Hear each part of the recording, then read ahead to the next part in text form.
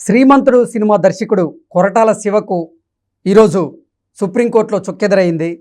శ్రీమంతుడు అనే చిత్రం శరత్చంద్ర అనేటువంటి ప్రముఖ రచయిత స్వాతి పత్రికలో రాసినటువంటి ఒక కథనం ఆధారంగా దాన్ని కాపీ చేసి కొరటాల శివ సినిమా తీశాడంటూ కూడా ప్రముఖ రచయిత కోర్టును ఆశ్రయించడం జరిగింది. అయితే ఈరోజు సుప్రీంకోర్టులో కొరటాల శివకు చుక్కెదురైంది.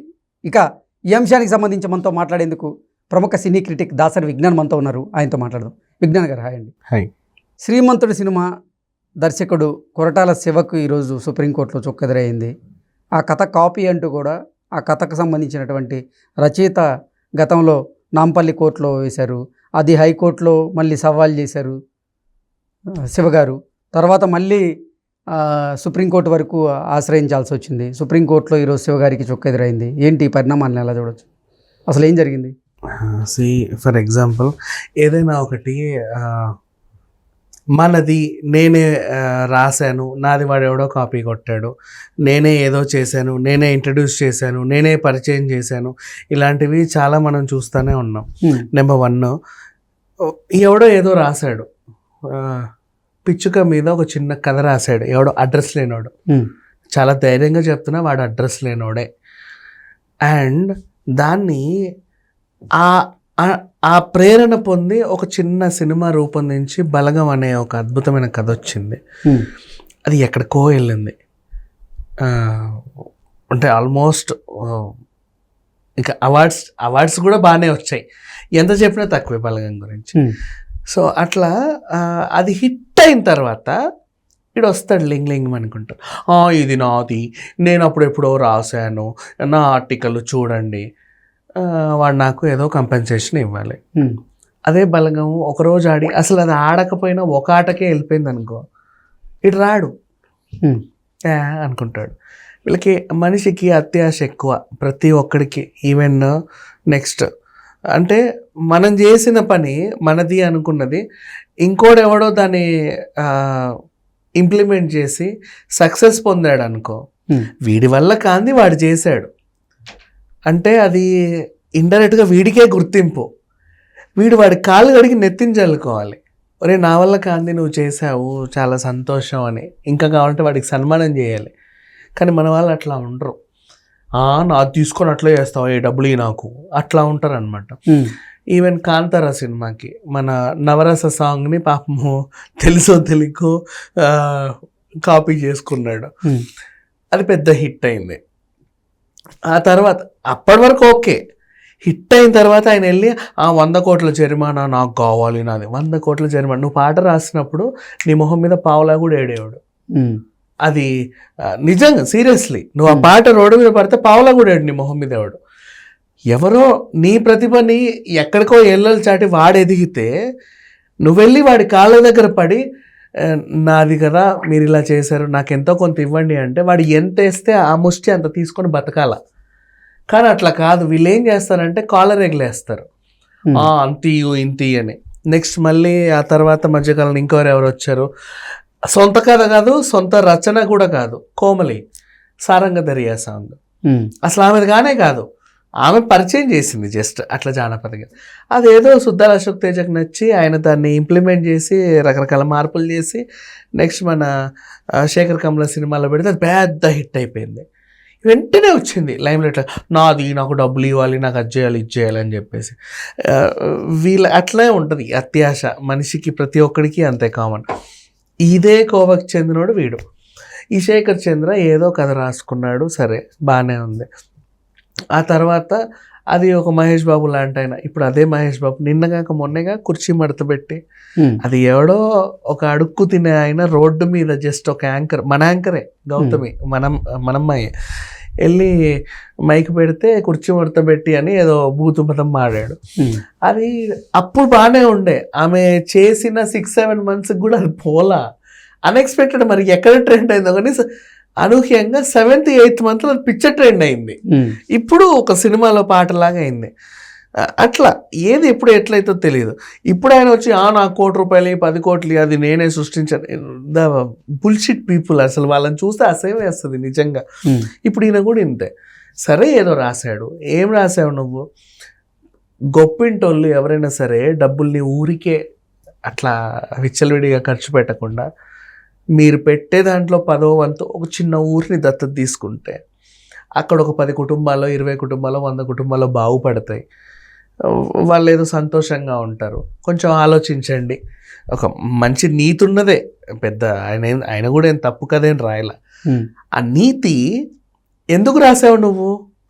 10 మందికి రీచ్ అవ్వాలి నా నీతి అనే కదా నువ్వు రాసింది. ఆ నీతి ఒకటికి రీచ్ అయింది, నాలంటోడు ఒకటి నువ్వు రాసావు ఒక నీతి. 10 మందికి రీచ్ అయితేనే కదా అది నీతి నువ్వు రాసేది. 10 మంది నేర్చుకోవాలనే నువ్వు నీతి రాస్తావు. ఆ నీతి నాకు రీచ్ అయింది. రీచ్ అయి నేను ఏం చేశా? నీతి ఎందుకు రాస్తావు నువ్వు? రీచ్ అయినోడు అది పాటించాలని రాస్తావు. నాకు రీచ్ అయింది, నేను పాటించా అంటే నీకెంత గౌరవం అది. కానీ నువ్వు ఆ గౌరవాన్ని గౌరవంగా స్వీకరించట్లా. నువ్వు దాంట్లో ఏదో ఆశిస్తున్నావు.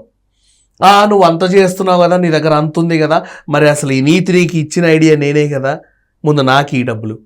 ఫర్ ఎగ్జాంపుల్ వాడు ఏదో రాశాడు, 1 కోటి రూపాయలు పోతే పోనీ, ఒక ఊరికి రోడ్డో గిడ్డో ఏదో వేసేస్తే వాళ్ళు బాగుపడతారు కదా, 100 కుటుంబాలను ఒక కథ రాశావు. నువ్వు కథ రాసింది ఎందుకు? ఒక నీతి కథ. ఎవడో నాలంటోడు ఒకడికి రీచ్ అవ్వాలని, నాలంటోడు ఒకడికి రీచ్ అయింది. ఆ నాలంటోడు ఏం చేశాడు? అరే ఇది ఇంత నిజంగా బాగుంది, మొన్న అనవసరంగా అదేదో డైమండ్ నెక్లెస్ కొని అట్లీస్ రేసా, ఇంకేదో కొని ఇట్లీస్ రేసా, దాని బదులు ఒక ఊరు బాగుపడుతుంది. అరే ఇంత మంచి పని నేను చేశానంటే వాళ్ళు నన్ను ఎంత పొగుడుతారు, అబ్బా నిజంగా నాకు స్ఫూర్తినిచ్చిందని ఈ ఆర్టికల్ చదివినోడు కూడా వీడెవడో మంచి సలహా ఇచ్చాడని గుండెలకు హత్తుకొని వాడు ఒక మంచి పని చేస్తాడు. ఏం చేస్తాడు? ఆ 100 కోట్లు పెట్టి ఆ ఊరికో రోడ్డు, ఒక చిన్న హాస్పిటల్, లేదా మంచి మరుగుదొడ్లు, లేకపోతే మహిళలు ఉంటే వాళ్ళకి శానిటరీ ప్యాడ్స్, ఇంకేవేవో వాట్ ఎవర్ ఒక మంచి పని చేస్తాడు దత్తత తీసుకొని, లేదా చిన్న స్కూల్లో ఏదో ఒకటి కట్టించి వదిలేస్తాడు. ఇప్పుడు వాడికి ఏంటి? వీడు గురువు లాగా, ఓ గురువు నాకు ఏదో హితబోధ చేశాడు దేవుడిలాగా, నేను చదివాను, ఇన్ని డబ్బులుండి ఏం చేస్తున్నా, ఇన్ని ఖర్చులు పెడుతున్నా. అదేదో ఇప్పుడు నా ఉంగరం కాస్టే ఇంత ఉంది, అది ఒక ఉంగరము అక్కడ పడేస్తే ఓ 10 కుటుంబాలు బాగుపడుతున్నాయి. నేను పెట్టుకొని ఏం సంబరపడుతున్నా, ఆ ఉంగరం అక్కడ వేస్తే 10 కుటుంబాలు బాగుపడుతున్నాయి, అంతకంటే మంచి ఉందని వీడికి కూడా మనసు కనిపించలా. వాడు ఒక ఆర్టికల్ చదివి ప్రేరణ పొందాడు. ఆ ఆర్టికల్ రాసినోడు వీడికి గురువు.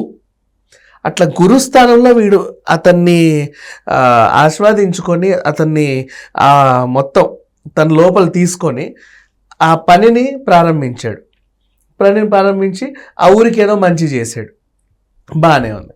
ఇప్పుడు ఈ గురువు స్థానంలో ఉన్నట్టు వ్యక్తి ఎవరైతే ఉన్నారో ఆ స్థానాన్ని తనకు తాను తెలియదు, తనకి అవతలో నన్ను గురువు అనుకుంటున్నాడని, అవతలోని ఇంకోలాగా ఊహించుకొని వీడిలో ఉన్న ఆ బుద్ధి ఏదైతే ఉంటుందో అది వాడిని పూర్తిగా మింగేసి రాక్షసుడై బయటికి వచ్చి ఆ ఊరికే నేను ఇచ్చిన సలహా మేరకే కదా ఆ ఊరికి నువ్వు 5 కోట్లు ఖర్చు పెట్టావు, మరి ఆ సలహా నాది కాబట్టి నువ్వు అందులో నాకు కనీసం 50% అన్న వాటా ఇవ్వాలి. ఎంత నీచం, ఎంత నికృష్టం! అంతకు మించి అసలు ఇంకా మనిషి జాతికే కలంకం వీడు. సో అతను రచయిత, అఫ్కోర్స్ ఇతని రాతబట్టే ఇంకో మనిషి ప్రేరణ పొంది ఏదో చేశాడు, అది బాగానే ఉంది. కానీ వాడు ఎప్పుడైతే వాడికి ఆ ఆలోచన వచ్చిందో అంతకు మించిన నీచమైన పద్ధతి ఇంకొకటి లేదని నేను అర్థం చేసుకుంటా. సో ఇప్పుడు ఎవడైతే ఇది రాశాడు ఆ స్వాతి పత్రికకి, ఆ పత్రికకే కలంకం. నిజంగా చెప్పండి, స్వాతి ఎవరు? మన వేమూరి బలరాందేగా పత్రిక. నిజంగా ఆయనకు కలంకం ఇది, ప్రామిస్ చెప్పాలి అంటే. ఆ పత్రిక ఎక్కడైతే తయారవుతుందో మన విజయవాడ, ఆ విజయవాడకే కలంకం. ఇట్లాంటోడు ఈరోజు ఇట్లా క్లెయిమ్ చేశాడు అంటే, కొరటాల శివ ఒక యాక్షన్ని ఇంప్లిమెంట్ చేశాడు అంటే, యాక్షన్ని అంత గొప్ప వ్యక్తి ఒకరి దగ్గర ప్రేరణ పొందాడు. నీ దగ్గర నేను ప్రేరణ పొందుతున్నట్టు దాని అర్థం ఏంటి? నువ్వు నా గురుస్థానంలో ఉన్నావు, నేను నిన్ను అనుసరిస్తున్నా. అంతకు మించి గౌరవం ఇంకేముంది? దాన్ని వీళ్ళు డబ్బుతో క్యాలిక్యులేట్ చేస్తున్నారు చూసావా, అక్కడే దిగజారిపోయారు ఆ మనిషి వీళ్ళంతా కూడా. అప్పటికి ఇట్లా కూడా చేయొచ్చు, సార్ మీరు మంచి పని చేశారు, అసలు ఐడియా ఇచ్చింది నేను ప్రజెంట్ ఆ పత్రికకి ఎంతో రాస్తున్నా, నాకు వాడు 250 రూపాయలు ఇచ్చాడు, నాకేం గడవట్లా, నేను మంచి రచయితని, ఇంతకు మించి ఐడియాలు నా దగ్గర బోల్డ్ ఉన్నాయి, మీకు ఇంకా మంచి మంచి ఐడియాలు ఇస్తాను సార్, మీకు మంచి కథలు కావాలంటే ఇస్తాను, నన్ను ఏదో కొంచెం చూసుకోండి అంటే కొరటాల శివ ఆయనను కూర్చొని పాదపూజ చేసి మరి కనీసం ఒక 1-2 లక్షలు చేతిలో పెడతాడు. అట్లా కాకుండా మనుషులు ఇతనే కదా మనకి ఈ మధ్యకాలంలో వచ్చిన వాళ్ళు చాలా మంది ఉన్నారు కదా. బలగంకి వచ్చినోడు ఉన్నాడు, ఆచార్య కథ కూడా నాదని ఒకడు వచ్చాడు, మన ఈ పిచ్చి కోమలి ఆ పిచ్చిది అసలు ఆమెదే కూడా కాదు ఆ పాట, వచ్చి గొడవ చేసి వెళ్ళింది. ఇంకా చాలా మంది, ఒకరు కాదు ఇద్దరు కాదు, 100 మంది వీళ్ళు వస్తూ ఉంటారు పోతూ ఉంటారు. కానీ అది వీళ్ళకి అంటే డబ్బు ఆశ మనిషిని అట్లా చేసేస్తుంది, అంతే, వాల్యూ తగ్గించేస్తుంది. అంటే కాపీ కొట్టినోడు నిన్ను కాపీ కొట్ల, నిన్ను అనుసరించాడు. నిన్ను అనుసరిస్తున్నాడంటే వాడికి నువ్వు గురుస్థానంలో ఉన్నావు. నువ్వు అది తీసుకునే అంత స్తోమత కూడా నీలో లేకుండా పోయిందనేది నా అభిప్రాయం. అంతమించి ఇంకేంలా. ఇప్పుడు కొరటాల సరే ఏదో కేసు వాడేదో వేసాడు కోర్టులో, ఏం చేయాలి ఇప్పుడు కొరటాల చెప్పు? ఆ శ్రీమంతుడు సినిమా నుంచి ఆయన చేసింది మంచి. ఇంకా చెప్పనా, శ్రీమంతుడు సినిమా వల్ల ఆ టైంలో తెలంగాణ ముఖ్యమంత్రి అయినటువంటి కేసీఆర్ కనీసం 3-4 గ్రామాలను దత్తత తీసుకున్నాడు. అండ్ దళిత బంధు అనే ఒక ప్రోగ్రాము ఫస్ట్ ఆ గ్రామం నుంచే ఇంప్లిమెంట్ చేశాడు. ఎంత మంచి జరిగింది. నెక్స్ట్ అరే వీళ్ళెవరో మంచి పదాలు చెప్తున్నారని ఆ హీరో నెక్స్ట్ సినిమా భరత్ అనే నేనుని కేటీఆర్ దగ్గరుండి ఆయన ఇంటర్వ్యూ చేసి అవన్నీ ఇంప్లిమెంట్ చేశాడు. అవి అంటే సొసైటీని బాగుపరిచేవి. అప్పుడు ఈ ఐడియాని ఎవరైతే ఫస్ట్ స్టార్టింగ్ తెచ్చాడో ఆ రైటర్ ఎంత గొప్పగా ఫీల్ అవ్వాలి. కానీ గొప్పగా ఫీల్ అవ్వట్ల. వీళ్ళు ఏదో ఒకటి క్లెయిమ్ చేసుకొని నాకు ఇంత రావాలి అని చెప్పేసి ఇంకా అంటే ఇక వాళ్ళ వాల్యూని వాళ్ళే పోగొట్టు, వాళ్ళ గురించి మాట్లాడుకోవడం దండగా. ఓకే ఓకే విజ్ఞాన్ గారు, థ్యాంక్ యూ.